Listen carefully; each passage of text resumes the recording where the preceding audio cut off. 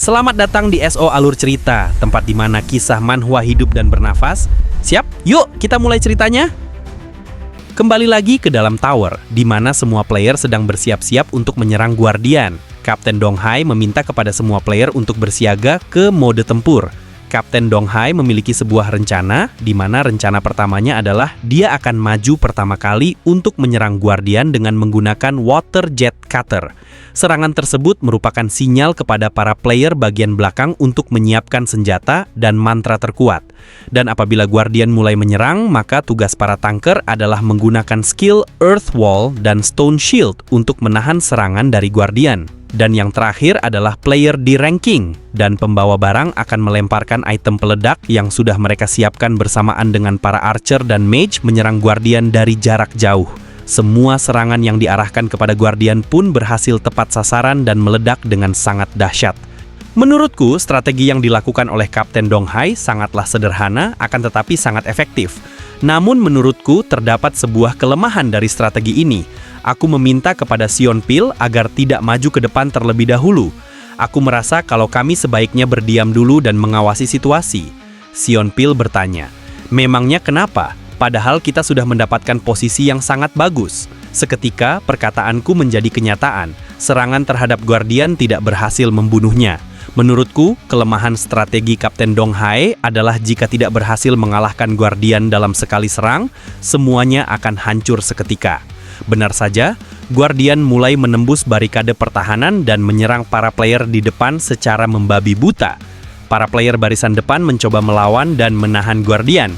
Namun belum sampai 5 menit, mereka mulai kewalahan. Di antara mereka, Kapten Donghai masih bisa mengimbangi Guardian. Dia terus memberikan sayap dan water jet kepada Guardian. Namun, karena regenerasi Guardian yang sangat cepat, luka yang dibuat Kapten Donghai pulih dengan cepat. Kapten Donghai berpendapat bahwa kemampuan regenerasi Guardian ini setara dengan Guardian kelas atas. Dia pun memerintahkan tim utama 1 dan 2 untuk bertukar posisi dengan tim cadangan.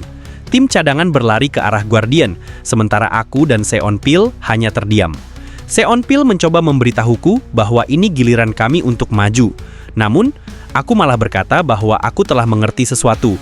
Lalu tiba-tiba aku maju ke depan dengan percaya diri.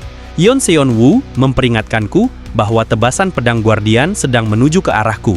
Dengan santai, aku menghindari serangan itu. Aku merasa dugaanku selama ini tidak tepat, di mana para player yang lulus tutorial dengan cepat tidak akan mengerti pola serangan Guardian ini. Aku berpendapat bahwa pola serangannya sama seperti orc pada umumnya, hanya fisik dan kemampuan regenerasinya yang berbeda. Bagiku, ini adalah kesempatan emas untuk menguji kemampuan Link Ego terbaruku. Dari sepatuku, tiba-tiba keluar cahaya biru, dan dengan sangat cepat aku berakselerasi sambil memberikan tebasan bertubi-tubi kepada Guardian. Akselerasi cepat barusan dihasilkan oleh ego baruku yang bernama Sepatu Hermes. Sepatu Hermes memiliki level 45, dengan atribut status memberikan peningkatan movement speed sebesar 15% dan peningkatan dexterity sebesar 8%. Skill dari sepatu Hermes bernama Hast yang dapat meningkatkan kecepatan selama 5 menit dan dapat bergerak dalam kecepatan tertinggi setelah 3 menit. Tebasan beruntun yang kuberikan berhasil melukai tubuh Guardian. Player lain hanya bisa tercengang, mereka masih tidak mengerti apa yang baru saja terjadi pada Guardian. Namun, menurut Kapten Donghai, tebasan beruntunku tidak akan berguna karena Guardian memiliki kemampuan regenerasi sangat tinggi. Kapten Donghai menyarankan untuk memberikan serangan fatal daripada serangan ringan seperti yang baru kulakukan.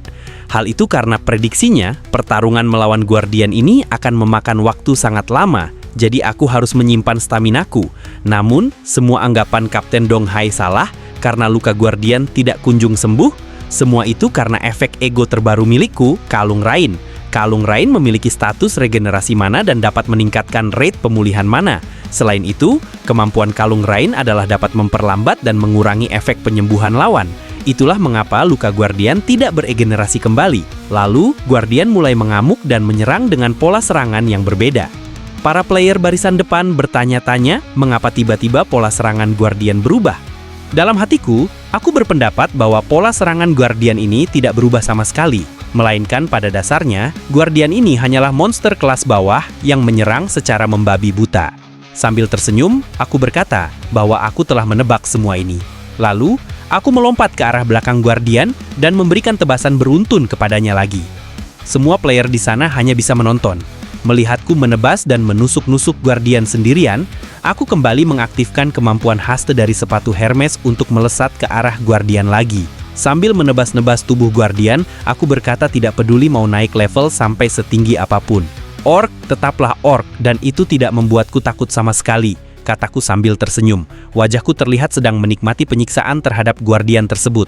Hingga pada akhirnya, Guardian tersebut berhasil kubunuh sendirian. Semua orang di sana merasa sangat syok melihatku berhasil mengalahkan Guardian. Lalu, tiba-tiba operator mengatakan bahwa aku telah mengalahkan iblis terlemah dari Ferris. Iblis? Apa maksudnya? Tanyaku. Tak lama kemudian, skill kanibalisme milikku aktif. Seperti biasanya, monster tembus pandang dari dunia lain muncul dan memakan mayat Guardian tersebut. Hanya aku yang bisa melihat makhluk dari dunia lain tersebut. Para player di sana kembali terkejut dengan fenomena aneh, di mana mayat Guardian tiba-tiba menghilang di hadapan mereka. Lalu, sebuah operator mengatakan bahwa Ferris akan berubah menjadi ego.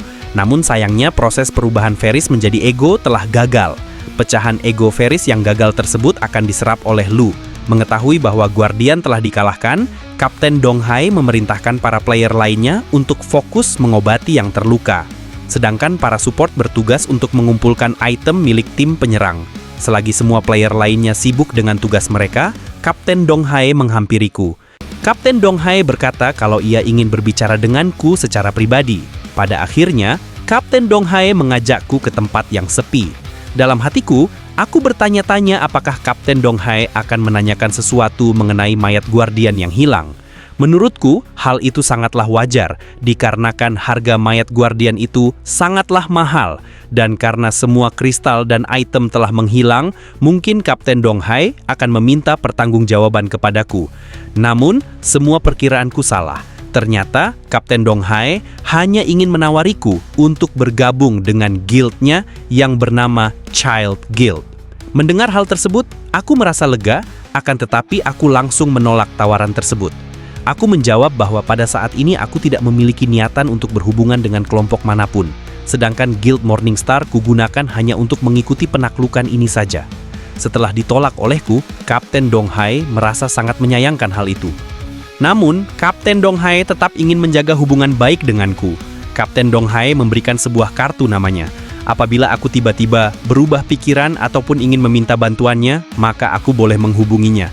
Adegan pun berganti keluar tower, di mana aku dan Guild Morningstar baru saja keluar dari tower. Di tengah perjalanan, aku tiba-tiba bertanya kepada Seon Pil mengapa dia tidak mau bergabung dengan Guild Kain milik Yeo Suk Wo. Padahal Seon Pil memiliki kemampuan, bakat, dan koneksi. Dan bahkan dia bisa dengan mudahnya bergabung dengan Guild Yeo Suk Wo. Sambil tertawa, Seon Pil menjawab kalau dia cuma tidak mau dikatai hanya memanfaatkan orang dalam saja, dan dia juga ingin melakukan sesuatu dengan kerja kerasnya sendiri. Lalu, Seon Pil berbalik bertanya kepadaku, melihat kemampuanku yang sekarang, seharusnya aku juga bisa dengan mudahnya bergabung dengan Guild Yeo Suk Wo. Mendengar pertanyaan tersebut, aku masih belum memiliki jawaban akan hal itu. Setelah keluar dari lingkungan asosiasi, Seon Pil dan yang lainnya menawariku untuk ikut berpesta bersama mereka. Namun, aku menolaknya. Aku berkata kalau aku ingin menyiapkan barang pindahan rumahku. Pada akhirnya, aku pun berpamitan pulang kepada Seon Pil dan teman-teman yang lainnya. Ketika aku telah menjauh dari Seon Pil dan yang lainnya, tiba-tiba aku mendapatkan sebuah pesan dari Taisik. Taisik berkata kepadaku kalau ia ingin bertemu denganku sekarang. Mau tidak mau, aku langsung menemui Taisik di sebuah apartemen. Sesampai di sana, Taisik meminta maaf kepadaku karena telah memanggilku secara tiba-tiba. Hal itu dikarenakan direktur asosiasi ingin mengundangku makan malam bersamanya. Mengetahui bahwa presiden asosiasi yang mengundangnya makan malam, aku merasa situasi ini sangatlah mendadak. Bahkan aku tidak sempat untuk mampir ke salon. Mendengar kata-kata salon, Taisik pun tertawa. Menurut Taisik, hal itu tidak diperlukan. Dalam cerita dijelaskan bahwa Presiden Asosiasi Player Korea memiliki kekuatan dan kekuasaan yang sangat besar dalam industri player Korea. Menurut rumor, Presiden Asosiasi jarang sekali menunjukkan dirinya. Dalam hatiku, aku bertanya-tanya mengapa Presiden Asosiasi tiba-tiba memanggilku. Selain itu, aku juga merasa curiga bahkan tempat ini merupakan apartemen Taisik. Taisik malah mengalihkan pertanyaanku. Taisik berkata kalau Presiden ingin menyajikan masakannya untukku. Setelah masuk ke apartemennya, Ketua Taisik berkata, "Aku telah pulang, Pak Tua." Presiden asosiasi pun langsung menyambut kedatangan kami. Aku terkaget-kaget melihat sosok Presiden Asosiasi Player Korea, ternyata seorang pria tua yang bertubuh besar. Melihat kedatanganku, Presiden pun bertanya, "Apakah kamu adalah player yang bernama Kim Ji-woo?" "Senang bertemu denganmu," kata Presiden. Aku menjawab, "Ya, Pak. Senang bertemu denganmu juga." Saat aku mencoba untuk menjabat tangan sang presiden, tiba-tiba aku mendapatkan sebuah tekanan yang sangat dahsyat. Tekanan tersebut berasal dari sang presiden yang sedang memperkenalkan dirinya dengan nama Oh Taegu. Aku tidak menyangka hanya dengan kekuatan tekanan ketua saja wajahku bisa langsung pucat. Melihat wajahku yang pucat, Taisik berkata, "Ayolah ayah, kau seharusnya tidak membuat Ji-woo ketakutan." Mendengar Taisik memanggil presiden dengan sebutan ayah, aku pun terkaget-kaget. Ternyata Presiden Asosiasi Player Korea adalah ayahnya Taisik. Pada akhirnya, kami pun mulai makan malam bersama. Di tengah makan malam, tiba-tiba Presiden berkata kalau ia telah mendengar banyak hal tentang aku dari Taisik. Selain itu, berdasarkan informasi yang diterima oleh Presiden berusaha untuk menyinggungku bahwa aku telah menerima banyak bantuan melalui Taisik selaku ketua asosiasi. Sang Presiden merasa kalau perlakuan tersebut terlalu berlebihan. Mendengar singgungan dari Presiden, aku hanya bisa terdiam saja.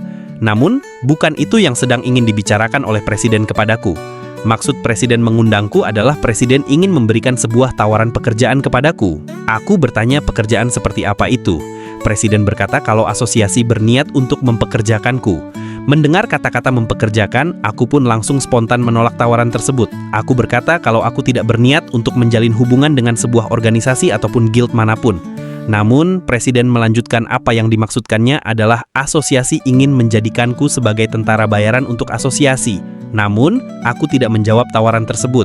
Hingga pada akhirnya makan malam pun telah selesai dan aku pun berniat untuk pulang ke rumah.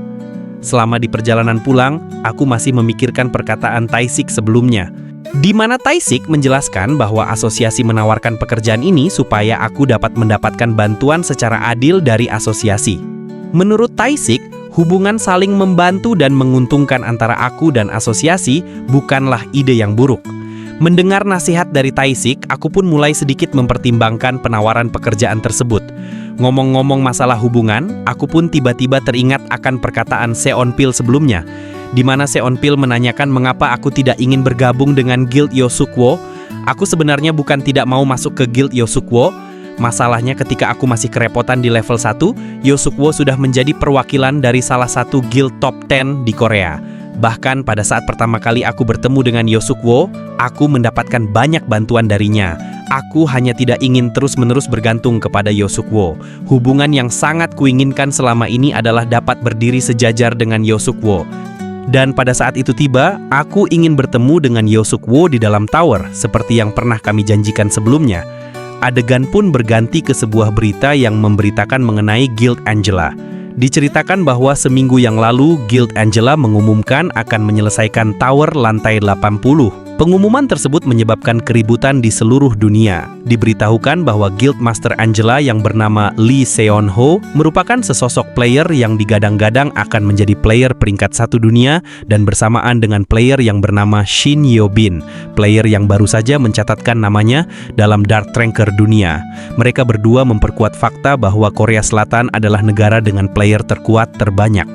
Sang pembawa berita juga menceritakan bahwa di negara Korea Selatan memiliki sang legenda hidup yang dikenal sebagai Asura. Bahkan di antara original 5 ranker kelas atas, Asura dikenal sebagai Godfather di antara semua ranker kelas atas. Namun sayangnya informasi mengenai Asura sangatlah terbatas. Dunia bertanya-tanya sebenarnya siapa sosok Asura ini? Aku yang menonton berita tersebut pun langsung bisa menebak sosok Asura ini, yang mana adalah ayahnya Taisik. Aku tidak menyangka kalau Taisik merupakan anak yang sangat berpengaruh di dunia. Taisik berkata kalau ia sengaja menyembunyikan informasi tersebut. Taisik juga berharap kalau aku tidak membocorkan informasi rahasia ini. Lalu, tiba-tiba Taisik mengeluarkan sebuah cincin. Taisik berkata kalau cincin tersebut untukku. Aku yang salah sangka pun terkejut. Aku berpikir kalau Taisik berniat untuk melamarku. Taisik menjawab kalau cincin ini bukan untuk melamarku. Taisik menjelaskan bahwa dikarenakan aku yang telah menerima tawaran untuk menjadi seorang tentara bayaran asosiasi. Cincin tersebut digunakan untuk memberikan sebuah identitas kepadaku sebagai tentara bayaran asosiasi. Cincin tersebut digunakan untuk memberikan sebuah identitas kepadaku sebagai tentara bayaran asosiasi. Taisik juga memberitahukan beberapa keuntungan yang bisa kumiliki sebagai seorang tentara bayaran, di mana keuntungan yang pertama adalah seorang tentara bayaran memiliki wewenang yang setara dengan seorang manajer asosiasi. Yang kedua, perlakuan terhadapku akan sama seperti ranker kelas atas dalam hal yang berkaitan dengan tower dan penyelesaian gate. Yang ketiga, ketika aku berhasil menyelesaikan misi yang diberikan asosiasi, maka aku akan diberi hadiah. Selain itu, apabila aku menjual item yang kudapatkan dari misi, maka hasil penjualan tersebut tidak akan dipotong pajak asosiasi. Dan keuntungan yang terakhir adalah aku memiliki hak untuk menolak misi yang diberikan asosiasi apabila ia tidak mau menerimanya. Mendengar semua keuntungan tersebut, aku langsung menerimanya dengan senang hati. Alur cerita pun berganti ke Amerika Serikat, yaitu tepatnya di gedung Will Iron. Di dalam sana terlihat Iron Shield sedang menunggu kedatangan seseorang yang ingin bertemu dengan dirinya. Sosok orang tersebut adalah Roger yang berhasil selamat dari kematiannya. Namun, pada saat ini kondisi kesehatan dan mental Roger tidak berada dalam kondisi yang baik. Iron Shield pun bertanya kepada Roger, adakah keperluan apa sampai-sampai Roger ingin bertemu dengan dirinya? Dengan wajah yang dipenuhi kekesalan, Roger ingin meminta izin kepada Iron Shield agar ia bisa pergi ke Korea Selatan demi membalaskan dendamnya. Tanpa disangka-sangka, Iron Shield pun langsung memberikan izin tersebut. Iron Shield memberikan izin kepada Roger untuk melakukan apapun yang ia mau di sana, bahkan Iron Shield akan mendirikan cabang di negara Korea dan jabatan manajer akan diberikan kepada Roger. Yang lebih menggilakannya lagi adalah Iron Shield juga akan memberikan pedang suci yang bernama Nine kepada Roger. Roger yang mengetahui bahwa dirinya akan mendapatkan pedang suci Nine, Roger pun langsung menundukkan kepalanya untuk berterima kasih kepada Iron Shield, mengetahui bahwa hasrat dari Roger yang ingin balas dendam kepada Jiu sangat besar. Iron Shield merasa sangat senang. Iron Shield malah ingin menjadikan Roger sebagai pengganti dirinya untuk pembalasan dendamnya kepada Jiu atas rasa malu yang diberikan Jiu pada saat di dalam gate labirin sebelumnya. Dikarenakan balas dendamnya kepada Jiu telah ditangani oleh Roger, Iron Shield ingin memfokuskan balas dendamnya kepada Demon King. Dikarenakan pertarungan antara Iron Shield dan Demon King sebelumnya membuat kaki kanan Iron Shield harus putus dan sekarang digantikan oleh kaki buatan. Iron Shield berjanji apabila ia bertemu dengan Demon King lagi, maka Iron Shield akan menghancurkannya berkeping-keping. Adegan pun kembali kepadaku, di mana aku sedang naik mobil bersama dengan Seung Hoon. Di perjalanan, aku sedang mengecek status dari Ellie, di mana pedang Ellie telah berhasil menyerap kekuatan suci dari pedang milik Iron Shield dan mendapatkan titel bernama The Lord of Holy Sword. Titel tersebut memberikan 3 efek, yang mana efek pertama adalah dapat membalikkan 5% damage yang diterima dari pedang suci. Efek kedua dapat menyerap semua pedang suci yang lebih rendah, dan yang terakhir bernama Kaleon. Kaleon dapat mencegah serangan instant death, tapi skill ini hanya bisa digunakan 1 kali saja. Setelah mengetahui bahwa Ellie akan bertambah kuat lagi apabila ia terus menyerap kekuatan suci, aku bertanya-tanya bagaimana cara untuk mendapatkan kekuatan suci lagi. Aku juga bertanya kepada Ellie tentang hal itu, namun Ellie menjawab kalau ia juga tidak tahu akan hal itu. Dikarenakan ingatan dari masa lalu, ego Ellie masih belum sepenuhnya kembali, lalu aku pun mengalihkan pertanyaanku kepada Lu. Aku bertanya, apakah Lu sudah bisa menggunakan kekuatan dari pecahan ego Radiant Wolf dan ego Virit atau Guardian yang baru-baru ini Lu serap? Lu pun menjawab kalau ia juga belum bisa menggunakan kedua kekuatan tersebut. Lalu di tengah-tengah pembicaraanku dengan egoku, tiba-tiba Sung Hon bertanya kepadaku, apakah aku baru saja mencukur rambutku? Aku menjawab iya, soalnya rambutku terlalu berantakan, makanya aku sedikit merapikan rambutku. Lu sempat berpikir apakah Sung Hon bisa mendengar pembicaraan kami, namun aku menjawab itu tidak mungkin. Kemudian karena merasa penasaran, aku pun bertanya kepada Sung Hon sebenarnya kami sedang menuju kemana. Sung Hon menjawab kalau kami akan pergi ke Unique Gate di Yeosu. Dikarenakan belakangan ini, hasil dari alat pengukuran gate tersebut terus berubah-ubah antara ranking F dan ranking C, makanya aku ditugaskan untuk menyelesaikan gate Unique tersebut.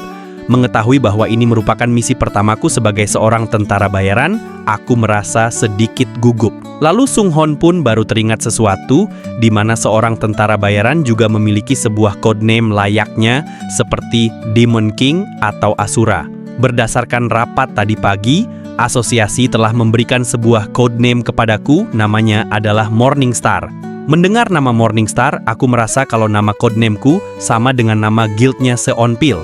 Apakah ini kebetulan? Tanyaku, sedangkan Sung Hon malah menertawai nama dari Morning Star. Setelah berjalan cukup jauh, pada akhirnya kami telah sampai di lokasi gate.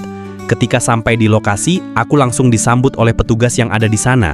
Petugas tersebut memperkenalkan dirinya sebagai manajer asosiasi player cabang Yosu. Berdasarkan cerita dari manajer tersebut, gate ini baru saja muncul 4 hari yang lalu dan langsung dikategorikan sebagai unique gate. Makanya belum ada yang masuk ke dalam gate ini. Sung Hon pun bertanya kepada manajer tersebut bagaimana dengan anggota yang akan juga masuk ke dalam gate ini. Sang manajer menjawab bahwa tergantung dari permintaanku, mereka juga bisa mengumpulkan sebuah skuad penaklukan yang berisikan ranking B. Selain itu juga manajer tersebut mengatakan kalau ia telah menyiapkan semua persediaan di dalam kantor. Apabila aku dan Sung Hon telah siap, maka kami akan langsung memulai operasi penaklukan gate-nya. Di saat Sung Hon dan manajer sedang berbicara, tiba-tiba aku mendekati gate tersebut. Sung Hon dan manajer langsung memperingatkanku untuk tidak terlalu dekat-dekat dengan gate tersebut dikarenakan terlalu berbahaya. Namun, aku mengabaikan peringatan mereka dikarenakan Lu dan Ellie mengatakan bahwa mereka merasakan adanya sebuah ego di dekat gate tersebut. Aku pun mulai menyentuh gate tersebut. Ketika aku menyentuh gate tersebut, tiba-tiba gate tersebut berubah menjadi merah yang mengartikan bahwa gate tersebut telah memasuki dalam fase gate break. Mengetahui bahwa gate-nya telah berubah menjadi gate break, para petugas yang ada di sana pun langsung panik dan menelepon markas untuk meminta bantuan. Karena sepengetahuan mereka, gate break merupakan sebuah bencana di mana seluruh monster yang ada di dalam gate tersebut akan keluar dan menghancurkan bumi. Sedangkan aku merasa sangat terkejut karena mengetahui bahwa gate ini merupakan sebuah ego. Dan ego ini meminta hubungan link denganku. Ketika aku ingin link dengan gate tersebut, tiba-tiba Sung Hon menarikku. Dan kocaknya, adegan tarik-menarik tersebut berubah menjadi adegan romantis antara aku dan Sung Hon.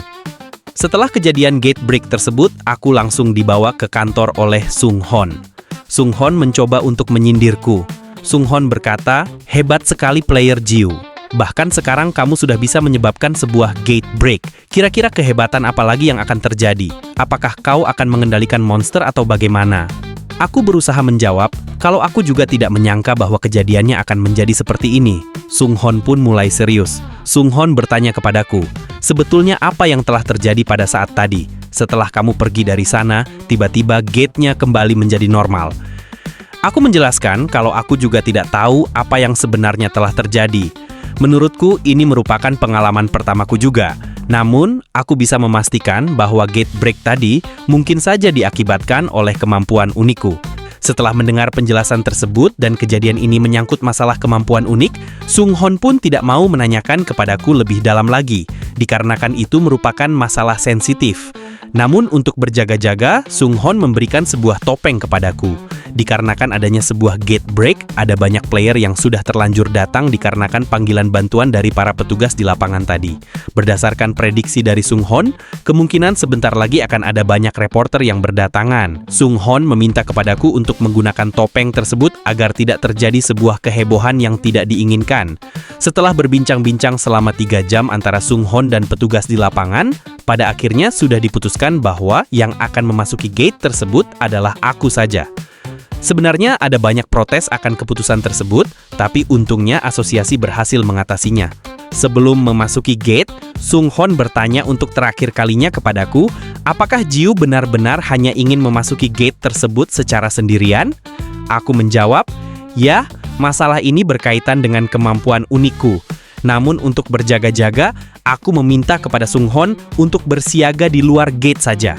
Setelah keputusannya telah dibuat, aku pun mulai melakukan link dengan gate tersebut, dan aku pun berhasil masuk ke dalam gate. Sesampai di dalam gate, aku mendarat di sebuah hutan yang sangat menyeramkan. Aku bertanya kepada Lu, apakah aku harus menyelesaikan gate ini seperti gate biasanya? Lu menjawab kalau ia juga kurang tahu, tapi bagusnya aku menyelesaikan seperti biasanya saja. Setelah mengetahui apa yang harus kulakukan, Aku pun mencoba untuk mencari sebuah tempat dengan pusaran sihir tertinggi. Namun ketika aku ingin pergi, tiba-tiba tanah bergetar dengan cukup kuat. Selain itu, dari ujung hutan terlihat sebuah para tentara skeleton datang ke arahku. Dan di antara tentara tersebut terdapat skeleton yang sangat berbeda di antara yang lainnya. Skeleton tersebut bernama Dullahan. Aku berkata kalau aku baru pertama kali melihat Dullahan. Namun yang tidak disangka dari gate ini adalah munculnya Mid Boss. Menurutku ini terlalu berlebihan. Tanpa pikir panjang lagi, aku pun langsung mengeluarkan pedang Ellie dan Lu, dan aku pun langsung melesat ke arah pasukan skeleton. Dengan sangat mudahnya, aku mengalahkan semua tentara skeleton tersebut, hingga yang tersisa adalah Dullahan. Aku pun berusaha untuk menebas kepala Dullahan terlebih dahulu. Namun Dullahan langsung menahan tebasanku dengan menggunakan kapaknya. Pertarungan sengit dengan Dullahan pun berakhir dimenangkan olehku. Setelah menelusuri gate, aku pada akhirnya sampai di sebuah kuburan. Lu merasa ada yang aneh dengan gate ini. Lu bertanya-tanya mengapa semi-boss seperti Dullahan sangat mudah dikalahkan, padahal gate ini memancarkan energi sihir yang sangat besar. Aku juga sependapat dengan Lu, namun aku merasakan sebuah aliran sihir yang sangat hebat di kuburan ini. Aku pun memperhatikan sebuah kuburan di depanku, yang mana di kuburan tersebut terdapat sebuah peti mati, lalu tiba-tiba peti mati tersebut terbuka. Peti mati tersebut mengeluarkan aura kematian. Lu meminta kepadaku untuk berhati-hati, dikarenakan Lu merasakan adanya aliran sihir yang sangat kuat dari dalam peti mati tersebut. Dengan sigapnya, aku mulai memasang kuda-kuda bertarungku. Dari dalam peti tersebut muncul skeleton mage, yang mana itu merupakan bos dari gate ini. Aku yang melihat bos gate bertanya-tanya, bukankah harusnya monster ini cuma muncul di gate kelas atas atau di tower lantai 60 ke atas? Namun bagaimana mungkin Raja Undead Lich bisa ada di sini? Hal yang mengejutkan pun tidak bisa berhenti sampai di situ saja. Tiba-tiba Lich tersebut berbicara kepadaku. Lich tersebut bertanya, "Apakah kamu adalah orang yang akan menjadi masterku?" Mendengar pertanyaan tersebut, aku pun merasa sangat terkaget-kaget.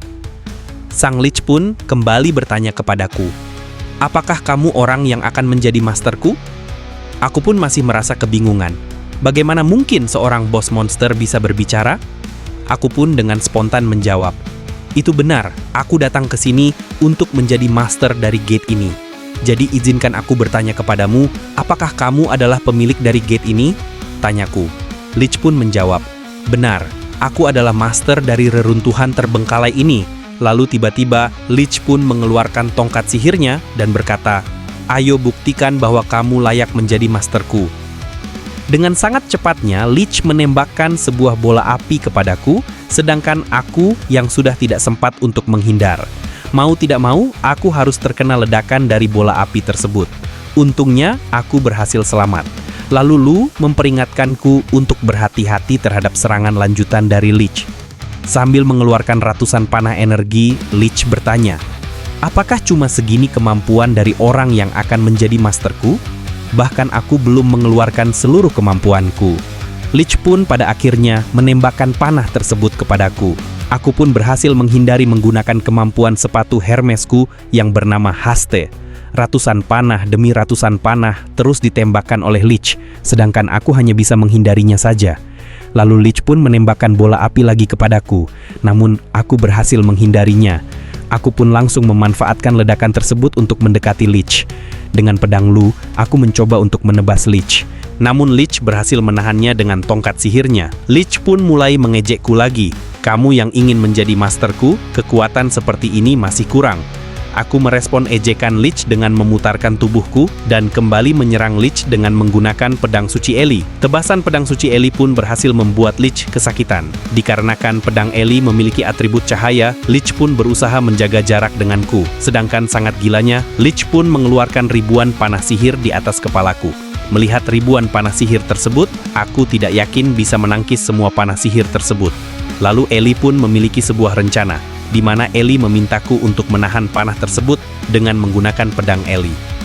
Ribuan panah sihir pun mulai berjatuhan ke arahku. Aku meminta kepada Ellie untuk bersiap-siap.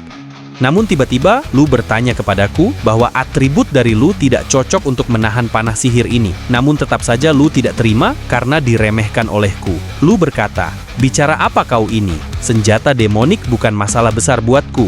Mendengar perkataan Lu, aku meminta maaf kepadanya karena aku tidak ingin mengandalkan sesuatu yang tidak pasti. Lalu Lich pun kembali membombardirku dengan jumlah panah yang lebih banyak lagi. Aku pun mau tidak mau harus mempercayai Lu. Aku bertanya kepada Lu, "Apakah kau yakin akan hal ini?" Lu menjawab, "Tentu saja aku yakin, serahkan saja padaku." Aku pun pada akhirnya menahan salah satu panah sihir menggunakan pedang Lu.